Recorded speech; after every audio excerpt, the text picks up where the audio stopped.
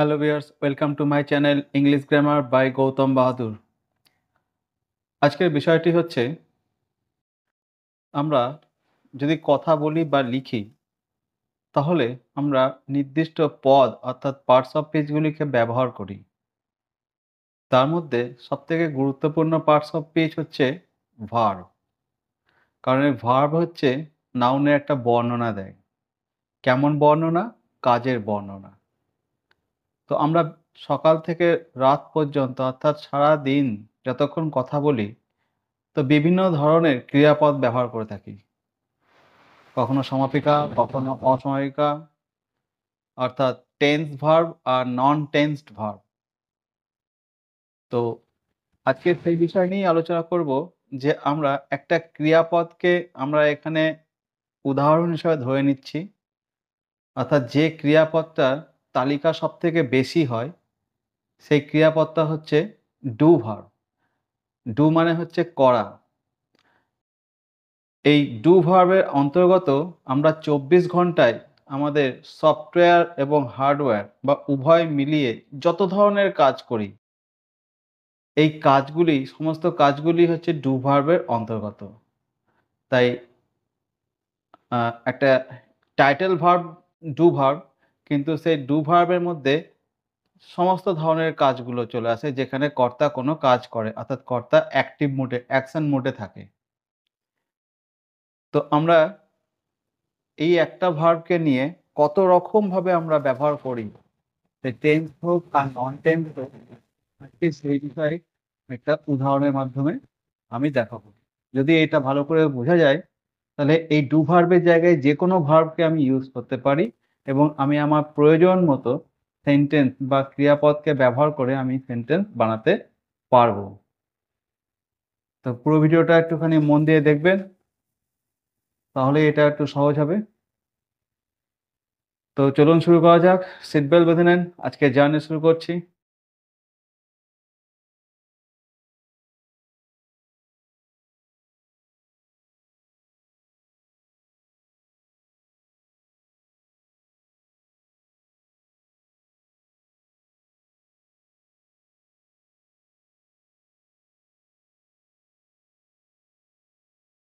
Do মানে করো, এটা টেন্সড অর্থাৎ যে ভার্বটা টেন্সে ব্যবহার করা হয়, আর নন টেন্সড ভার্ব অর্থাৎ যেটা টেন্সে ব্যবহার করা হয় না। টেন্স আর নন টেন্স বলতে হচ্ছে যেগুলোর ভার্বের পরিবর্তন হয়। আর ভার্বের পরিবর্তন হয় বলতে হচ্ছে সাবজেক্ট অনুযায়ী বা টেন্স অনুযায়ী ভার্বের পরিবর্তন হয়, তাকে টেন্স ভার্ব বলা হয়। আর নন টেন্স ভার্ব মানে হচ্ছে যেখানে সাবজেক্ট এবং টেন্স অনুযায়ী ভার্বের কোনো পরিবর্তন হয় না, ভার্ব সবসময় একই রকম থাকে, তাকে নন টেন্স ভার্ব বলা হয়। তো আমাদের কথাবার্তা, লেখা সমস্ত কিছু এই দুটোকে মিশ্রণ করেই করি। আমার তো মনে হয় যে নন টেন্স ভার্বকে আমরা বেশি ব্যবহার করি চলতি জীবনে, যেখানে আমরা কথা সিম্পল সেন্টেন্সে বেশি বলি। তো টেন্স ভার্বে কি করি? টেন্স ভার্ব বলতে এখানে অ্যাক্টিভে ১২টা টেন্স আর প্যাসিভের ৮টা, টোটাল ২০টা ব্যবহার আমি এখানে দেখতে পাবো। যেমন করি, ডু, আই ডু, আমি করি। করলাম, করলামটা আমি একসঙ্গে দুটো ব্যবহার করেছি যেহেতু এটা পাস্ট টেন্সেও আমরা একই সাউন্ড পাই, আবার পাস্ট পারফেক্টেও আমরা একই রকম সাউন্ড পাই। তাই আই ডিড আমি করলাম, আই হ্যাড ডান আমি করলাম বা সে করলো বলতে পারি। তো পাস্ট ইনডেফিনাইট আর পাস্ট পারফেক্টে ব্যবহার করা হয়। করব, ফিউচার টেন্সে আই শ্যাল ডু। এখানে সব জায়গাতেই আমি সাবজেক্টকে ফার্স্ট পারসন সিঙ্গুলার নাম্বার ধরে নিচ্ছি। করছি, আই অ্যাম ডুইং। আর যদি পারফেক্ট কন্টিনিউয়াস টেন্সে হয় তাহলে আই হ্যাভ বিন ডুইং। কারণ দুটোর মধ্যে সাউন্ডের কোনো তফাৎ নাই, শুধুমাত্র এখানে সময়ের তফাৎ। একটা বর্তমানে করছি আর একটা কিছুক্ষণ ধরে করছি, এইটুকুই তফাৎ। আজকে আমি ওই ডিটেলসে যাব না। করেছি, আই হ্যাভ ডান। করতে থাকবো, I shall be doing. Future continuous আর future perfect continuous, I shall have been doing, আমি করতে থাকবো। করে থাকবো, I shall have done. Future perfect.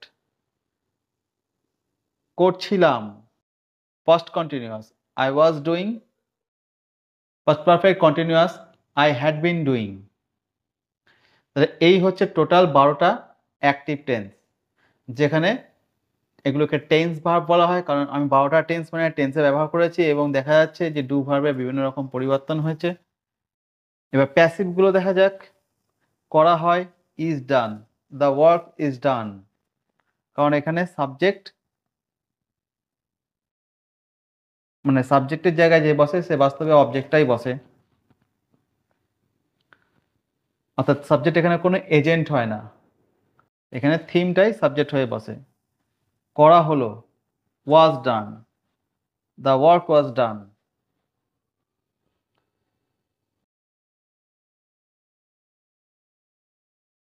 করা হবে, the work will be done. করা হচ্ছে, দ্য ওয়ার্ক ইজ বিং ডান।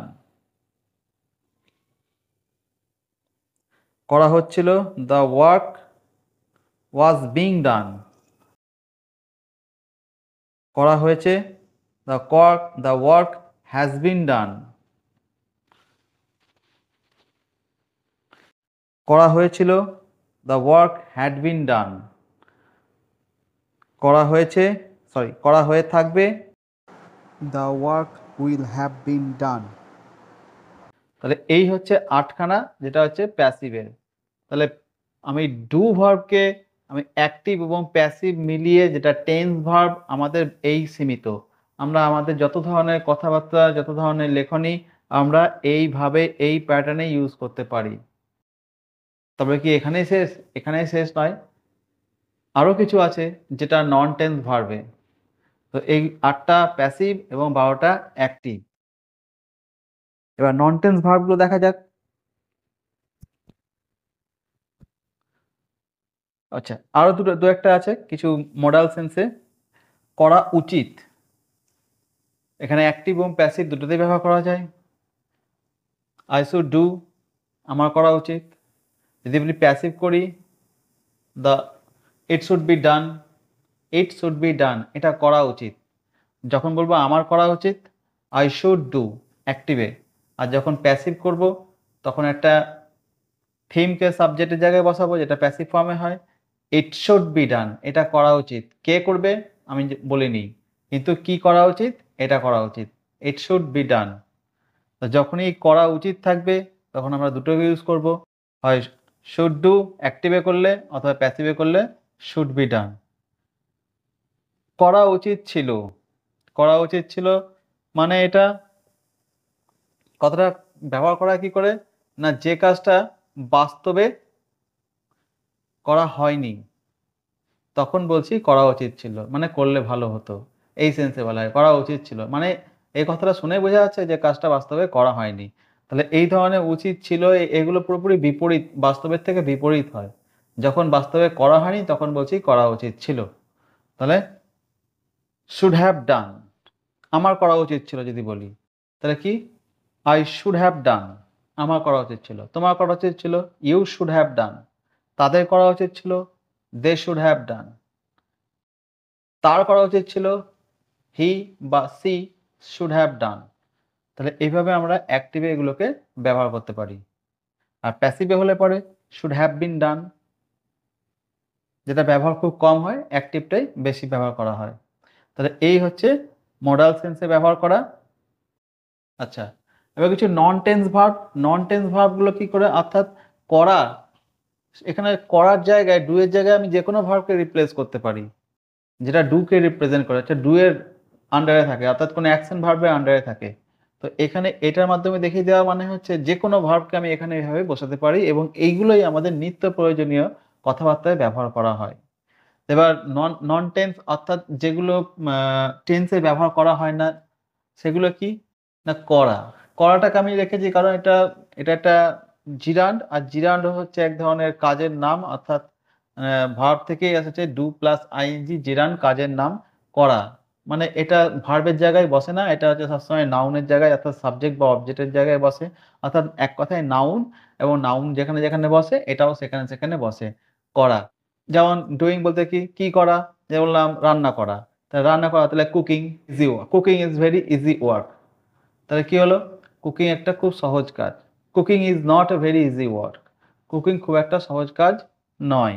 তাহলে এখানে কুকিং, কুকিং কি করা, রান্না করা, তাহলে কুকিং, কুক একটা যেহেতু অ্যাকশন ভার্ব, তাহলে আমি কুকটা কার আন্ডারে পড়বে, ডু এর আন্ডারে পড়বে, তাহলে হচ্ছে ডুইং।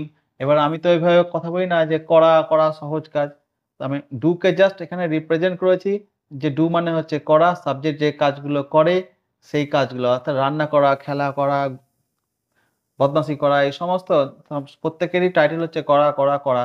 তাহলে এখানে সবাই এই ডু এর অন্তর্গত হচ্ছে। তাই ডু এর অন্তর্গত বলে আমি এর থেকে ডু ভার্ব করেছি। তাই এর তালিকা যত ধরনের আমরা কাজকর্ম করি সমস্ত কাজকর্মগুলো এই ডু এর অন্তর্গত পড়তে হয়। তো কুকিং বলা যেতে পারে, ড্রিংকিং বলা যেতে পারে, লিসনিং বলা যেতে পারে, সিঙ্গিং বলা যেতে পারে, ফাইটিং বলা যেতে পারে। যেকোনো কাজ, যেগুলো আমরা যত রকমের কাজ আমরা করে থাকি সেই সমস্ত কাজগুলোকে আমি ডু এর আন্ডারে করতে পারি। এখানে যেমন ডুইং করেছি, এখানে কুকিং করতে পারি, এখানে রিডিং করতে পারি, এখানে রাইটিং করতে পারি, এখানে রানিং করতে পারি। দুনিয়ার যত কাজ আমরা করে থাকি সমস্ত কাজকে আমি এখানে বসাতে পারি। তাহলে করা, তাহলে ডুইং, যেমন হচ্ছে reading is my hobby, travelling is my hobby, travelling is my passion, singing is my passion. তাহলে এই সমস্ত যে সেন্টেন্সগুলো করছি এখানে সাবজেক্টে অর্থাৎ নাউনের জায়গায় বসেছে, তাই এটা নাউন, তাই একটা জিরান্ড, অর্থাৎ পাতি কথায় বলতে গেলে জিরান্ড হচ্ছে কাজের নাম। তো নাম ব্যক্তির নাম হয়, বস্তুর নাম হয়, স্থানের নাম হয়, সেরকম কাজের নাম। অর্থাৎ এটা ব্রিটিশদের ভাগ করা। আমাদের বাংলা ব্যাকরণে কাজের নাম অর্থাৎ ক্রিয়াবাচক বিশেষ্য এখানে বিশেষ্যই তালিকাতে দেওয়া আছে। ব্রিটিশরা হয়তো এটা করতে ভুলে গেছিল, পরে তাদের মনে পড়েছে আরে যা, সমস্ত নাম তো করা হলো কিন্তু কাজের নাম তো করা হলো না। তখন আবার কি করলো তারা একটা তৈরি করলো, না একটা ডুইং, একটা জিরান্ড করা যাক, এবং জিরান্ডটাকে ওটা নন ফিনিট ভার্বের আন্ডারে রেখে দিল। তো অ্যাকচুয়ালি কি হচ্ছে, এটাও একটা নাউনের নাম, ক্রিয়াবাচক বিশেষ্য। করে, করে মানে করিয়া, তাহলে এটাও একটা নন ফিনিট ভার্বের মধ্যে হচ্ছে করিয়া, ডুইং বা হ্যাভিং ডান। এটা টেন্স অনুযায়ী যদি আমরা ব্যবহার করা হয়, যেখানে দেখা যাচ্ছে প্রেজেন্ট ইনডিফিনিটে করছি তখন ডুইং করছি, আর যেখানে দেখা যাচ্ছে পারফেক্ট টেন্সে আছে তখন বলছি হ্যাভিং ডান।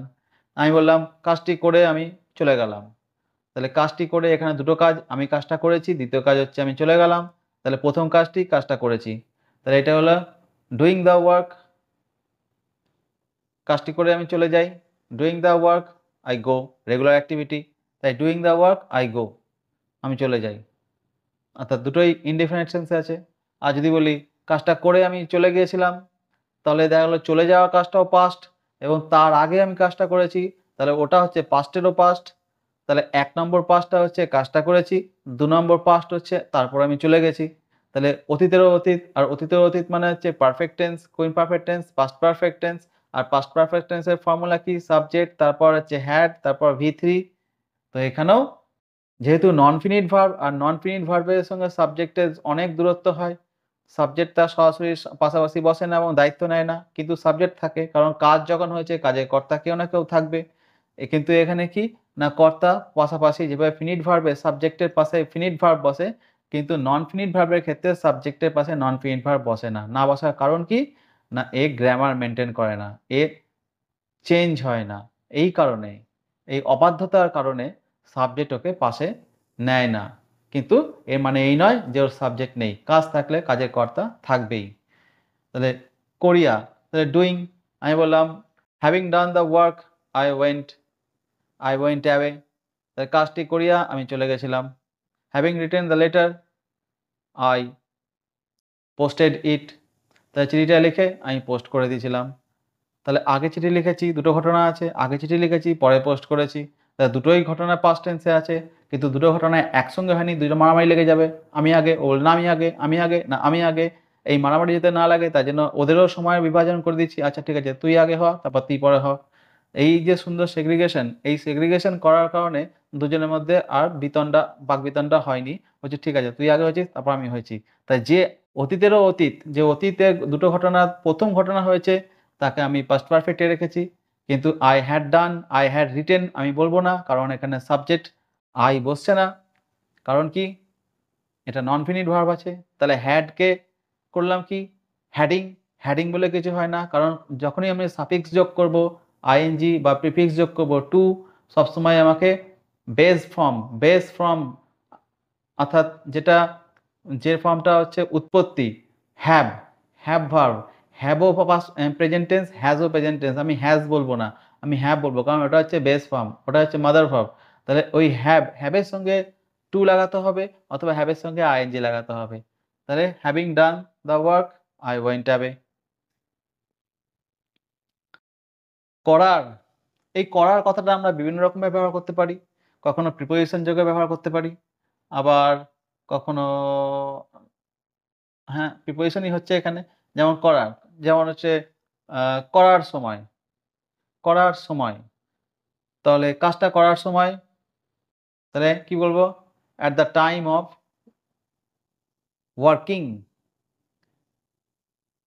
তাহলে করার সময় বা করার আগে, করার পরে, তাহলে বিফোর ওয়ার্কিং,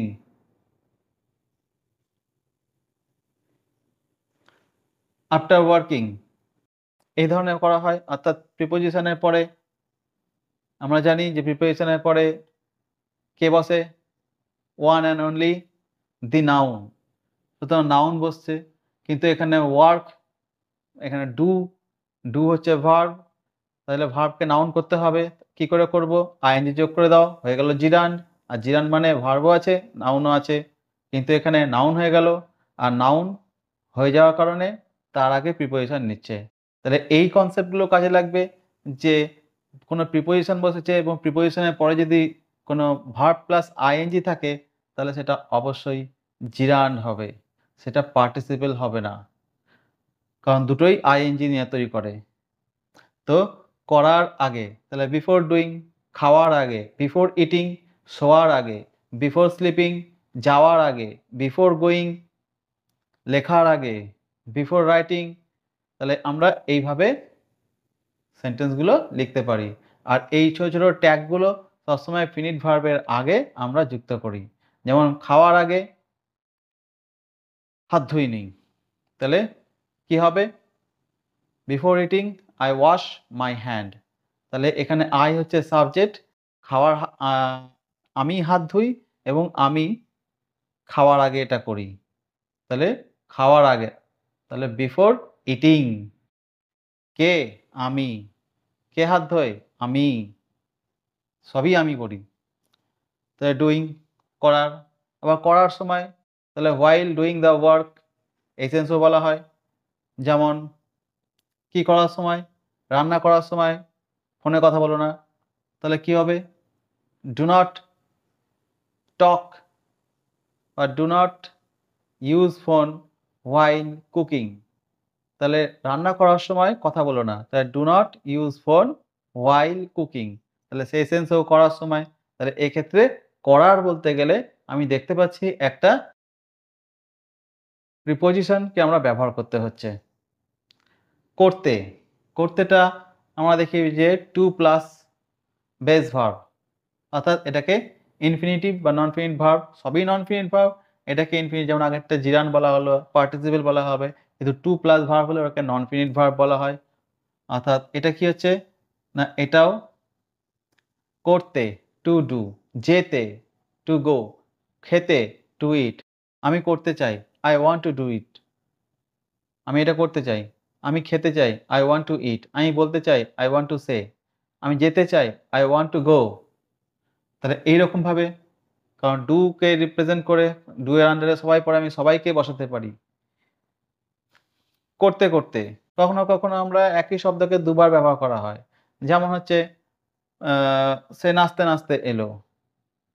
সে নাচতে নাচতে এলো মানে সে করতে করতে এই সেন্সে বলা হয়, কারণ বলেছিলাম যে এর আন্ডারে সবই বসাতে পারি। সে নাচতে নাচতে এলো, তাহলে এখানে কি এলো, কেমন করে এলো? নাচতে নাচতে, অর্থাৎ আসার মেথড, পদ্ধতি, ম্যানার। তাহলে ম্যানার হচ্ছে অ্যাডভার্বের কাজ করছে, তাহলে হি কেম ডান্সিং। আমি এখানে দিয়েছি করতে, কিন্তু এইভাবে সেন্টেন্সটা বলা যাচ্ছে না, তাই আমি তার রিপ্লেস করে বলছি সে করতে করতে এলো। এটা কি এমন হলো? হি কেম ডুইং। যদি বোঝা হয় তো বোঝো, হি কেম ডুইং, সে করতে করতে এলো। এবার কি করতে করতে এলো? নাচ করতে করতে এলো, গান করতে করতে এলো, লাফাতে লাফাতে এলো, যেটাই হলো সবই করার ডু এর জায়গায় পড়ছে। তাই আমি বললাম হি কেম ডান্সিং, সে নাচতে নাচতে এলো।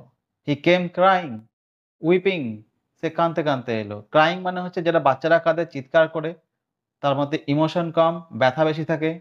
আর যখন বড়রা কাঁদে, প্রাপ্তবয়স্করা কাঁদে, তার মধ্যে ব্যথার থেকে ইমোশন বেশি থাকে। সেক্ষেত্রে চিৎকার কম হয়, চোখের জল বেরোয়, তাকে উইপিং বলা হয়। আর যখন বাচ্চারা ইমোশন কম থাকে কিন্তু ব্যথা বেশি থাকে বা ডিমান্ড বেশি থাকে, ভয় বেশি থাকে, তখন তাদের ব্যথার থেকে চিৎকার বেশি হয়।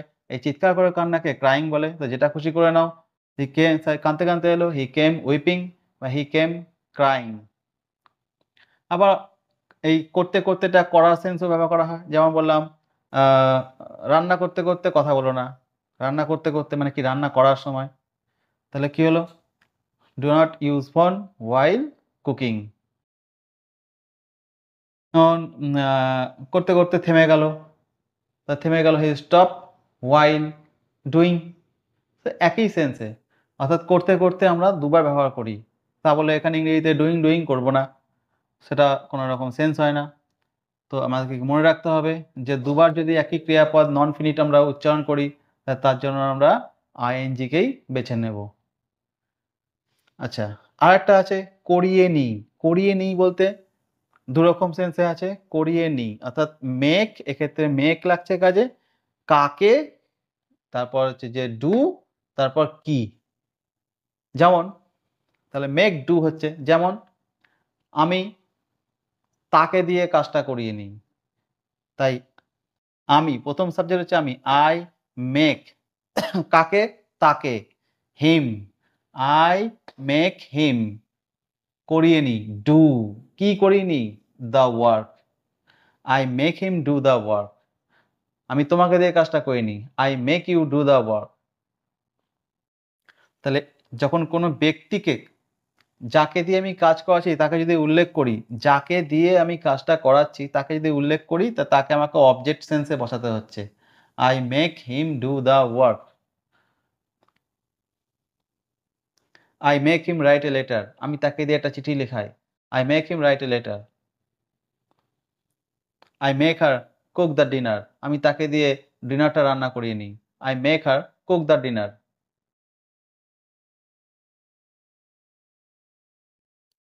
এখানে মেকের পর ডুটা বেস ফর্মেই বসছে। তাহলে এইভাবে করিয়ে নিই। যখন কোনো ব্যক্তিকে আমি উল্লেখ করছি, কাকে দিয়ে কাজটা করছি তাকে উল্লেখ করছি, তখন মেক ইউজ করছি। আবার একই রকমভাবে কাকে দিয়ে কাজটা উল্লেখ করছি না, সেটা গুরুত্ব পাচ্ছে না, কাকে দিয়ে কিন্তু কাজটা করিয়ে নিচ্ছি। আমি করছি না, আমি কাউকে দিয়ে কাজটা করিয়ে নিচ্ছি। যেটা অফিস ল্যাঙ্গুয়েজে ব্যবহার করা যায় যে কি একজন বস আছে, সে বস তার আন্ডারে যে বড়বাবু আছে, ম্যানেজার আছে, তাকে বলল এই চিঠিটা টাইপ করিয়ে নিন। এবার ম্যানেজার নিজে টাইপ করবে না, ম্যানেজার কোনো ক্লার্ককে দিয়ে টাইপ করাবে। তাহলে বললো এই চিঠিটা ক্লার্ককে দিয়ে টাইপ করে নিন। এটা আর বলবে না, এটা বলবে চিঠিটা টাইপ করিয়ে দিন, চিঠিটা পোস্ট করিয়ে নিন। পোস্টটা কে করবে? পিয়ন করবে। তাহলে এই কথাটা তাকে এইভাবে ইনস্ট্রাকশন দেওয়া হয়, চিঠিটা পোস্ট করিয়ে নিন, চিঠিটা টাইপ করিয়ে নিন। তাহলে এই ধরনের কথাগুলো যেখানে কে করছে উল্লেখ নাই, আর এখানে বলেছি কাকে দিয়ে করাচ্ছি সেটা উল্লেখ করেছি, তখন মেক ইউজ করছি। আর যখন কাকে দিয়ে করাচ্ছি সেটা গুরুত্ব নাই, কি করানো হচ্ছে সেটা গুরুত্ব। অর্থাৎ কি বলতে এখানে প্যাসিভ, আর কাকে দিয়ে করাচ্ছি মানে যে করছে কর্তা অ্যাক্টিভ। তাহলে এটা অ্যাক্টিভ সেন্সে মেক ইউজ করছি, প্যাসিভ সেন্সে গেট ইউজ করছি। যেখানে কর্তার প্রাধান্য নাই, শুধু কর্মের প্রাধান্য আছে, আর এখানে কর্তার প্রাধান্য আছে। তো কাজটা করিয়ে নাও। যদি বলি গেট গেট তারপর কি, গেট দ্য ওয়ার্ক ডান। তাহলে গেট দ্য ওয়ার্ক ডান মানে যে প্যাসিভ ফর্মে যে ভি3 ভার্বের থার্ড ফর্ম আছে, ভি3 প্যাসিভের ফার্স্ট ফর্মে ভার্বের থার্ড ফর্ম হয়, এই যে ডান ডান ডান ডান। তাহলে গেট দ্য ওয়ার্ক ডান। যখন কাকে দিয়ে কাজটা করাচ্ছি সেটা উল্লেখ থাকবে না, তখন গেট ইউজ করি। এটাও এক ধরনের প্যাসিভ। তাহলে গেট দ্য লেটার পোস্টেড, সেইটা পোস্ট করিয়ে নিন। গেট দ্য লেটার টাইপ, সেইটা টাইপ করিয়ে নিন। তাহলে এই ধরনের কথাগুলো যখন আমরা বলবো অফিসিয়াল ল্যাঙ্গুয়েজ খুব কাজে লাগে। তাহলে এখানে করা ভার্বকে দিয়ে আমরা দেখে নিলাম যে কত রকম ভাবে ব্যবহার করা যায়। এখানে শুধু করা নয়, এখানে করা অর্থাৎ ডু ভার্বের অন্তর্গত যত রকমের ভার্ব আছে আমি প্রত্যেককে ইউজ করতে পারি। যদি এটা ভালো করে শিখে নাও, এটা দেখে নাও, তাহলে আমরা যে কোনো ধরনের সেন্টেন্স আমরা লিখতে পারবো এবং প্রয়োজন অনুযায়ী এইগুলো আর এইগুলোকে একসঙ্গে কম্বিনেশন করে আমরা ভালো, ভালো বড়, বড় সেন্টেন্স তৈরি করতে পারবো। ভিডিওটা আজকে এখানেই শেষ করছি। অবশ্যই ভালো লাগলে এটা লাইক, শেয়ার ও কমেন্ট করে দিবেন এবং সঙ্গে থাকবেন। আবার দেখা হবে একটি নতুন ভিডিও নিয়ে। ততক্ষণের জন্য ভালো থাকুন। নমস্কার, ধন্যবাদ।